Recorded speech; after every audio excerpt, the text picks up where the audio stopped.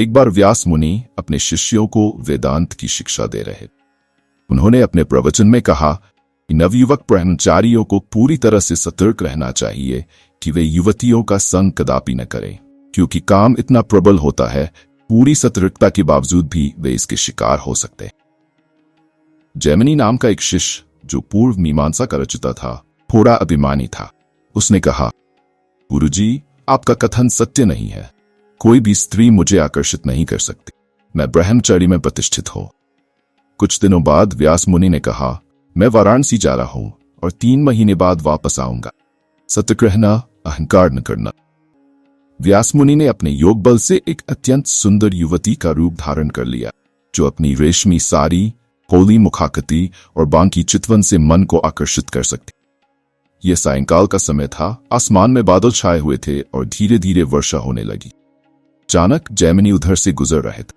उन्होंने उस रूपवती को देखा और उनके हृदय में करुणा उत्पन्न हुई।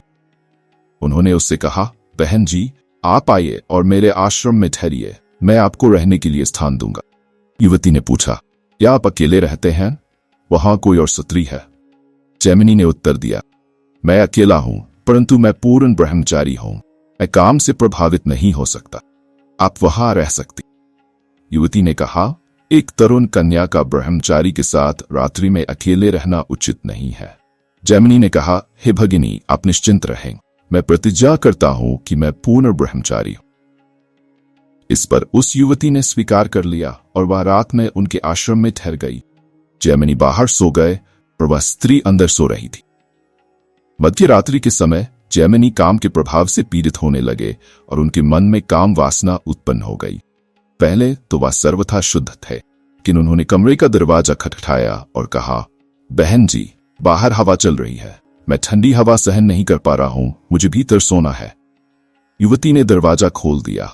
जैमिनी अंदर जाकर कुछ दूरी पर सो गए, लेकिन सत्री के निकट होने और उसके कंकन व नूपुरों की मधुर ध्वनि सुनकर उनकी काम वासना और प्रबल हो गई। तब वे उठे और उसे आलिंगन करने लगे। तुरंत ही लंबी दाढ़ी वाले व्यास मुनि अपने वास्तविक रूप में प्रकट हो गए और कहने लगे, वत्स जैमिनी, अब तुम्हारे उस पूर्ण ब्रह्मचर्य का क्या हुआ? जब मैं ब्रह्मचर्य पर प्रवचन दे रहा था, तब तुमने क्या कहा? जैमिनी ने अत्यधिक लज्जा के कारण सिर झुका कहा, हे गुरुदेव, मैं अधर्मी हूं, कृपया मुझे क्षमा करें। इस कहानी से ये शिक्षा मिलती है, ब्रह्मचारियों को चाहिए कि वे हर परिस्थिति में सतर्क रहे। वीडियो अच्छा लगा हो तो लाइक करके हमारे चैनल को अवश्य सब्सक्राइब करें।